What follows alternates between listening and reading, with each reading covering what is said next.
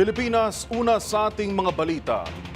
Masasayang ang nasa higit 6 na milyong balota na naimprenta ng Commission on Elections o COMELEC kasunod ng inilabas na Temporary Restraining Order o TRO ng Korte Suprema laban sa 5 disqualification cases.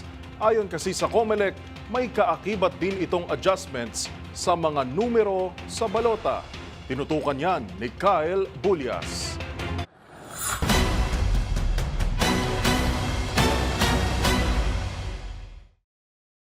Wala pang magiging problema sa pag-iimprenta ng mga balota para sa local candidates sa midterm elections. Ito ay sa kabila ng inilabas na temporary restraining order ng Supreme Court laban sa disqualification ng 5 kandidato, kabilang na ang kay dating Caloocan Representative Egay Erice. Ayon kay COMELEC Chairman Attorney George Garcia, ito ay dahil hindi pa nasisimulan ang pag-iimprenta ng mga balota para sa local elections na di hamak na mas kakaunti kumpara sa national candidates. Pero sinabi ng COMELEC na higit 6 na milyong balota ang masasayang dahil kasama sa inilabas na TRO ang isang kandidato sa pagkasenador. Bukod dito, binigyang diin pa ni Garcia na magkakaproblema rin sa panig ng mga kandidato dahil magkakaroon ng adjustment sa kanilang numero sa balota.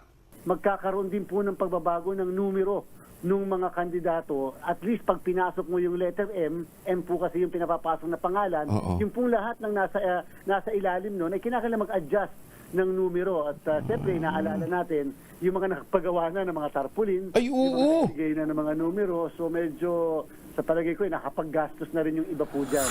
Samantala, kailangan na rin anyang sirain ang higit 6 na milyong balota sa harap ng media, political parties at ng publiko upang hindi na ito muling magamit.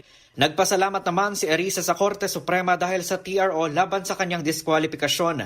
Pero kino-question nito ang naging pahayag ng COMELEC. Sabi ni Erice, para umanong naging malaking problema sa COMELEC ang naging desisyon ng Korte sa kabila ng bilyon-bilyong kontrata nito sa Miro Systems. Marami pa pong disqualify na wala naman po issue tungkol dun sa election management system. Ngayon lang po natin narinig yan.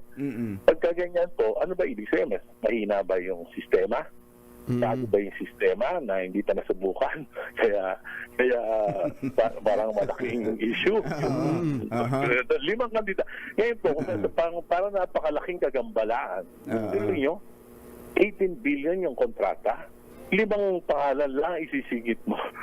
Doon sa ACM, hindi naman sa balota. Sa ACM, sa BCM, sa ano pa lang, sa election management system, parang napakabigat na problema na. Yun ang parang pinalalabas ni Attorney Laudianco.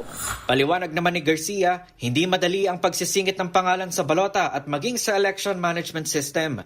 Bahagi umano ito ng security feature upang hindi basta-basta makapagsisingit ng pangalan ng isang kandidato at kailangan baguhin ang buong sistema bago ituloy muli ang pag-iimprenta ng mga balota. Samantala, naniniwala naman si Erice na isang leksyon para sa COMELEC tungkol sa pagdidiskwalipika ng mga kandidato ang milyon-milyong mga balotang nasayang. Ayon sa dating mambabatas, dapat pakinggan ng COMELEC ang buong kaso at hindi lamang tumingin sa technicalities bago mag-disqualify. Kaugnay nito, nilinaw ni Garcia na hininto muna nila ang pag-iimprenta ng mga balota upang bigyang daan ang pagsasaayos ng EMS. Ia-anunsyoan niya ng COMELEC kung kailan ang resumption ng ballot printing at tiniyak nitong matatapos pa rin ito sa target nilang April 14. Para sa MBC TV Network News, ito si Kyle Bulyas ng DZRH, una sa Pilipinas, una sa Pilipino.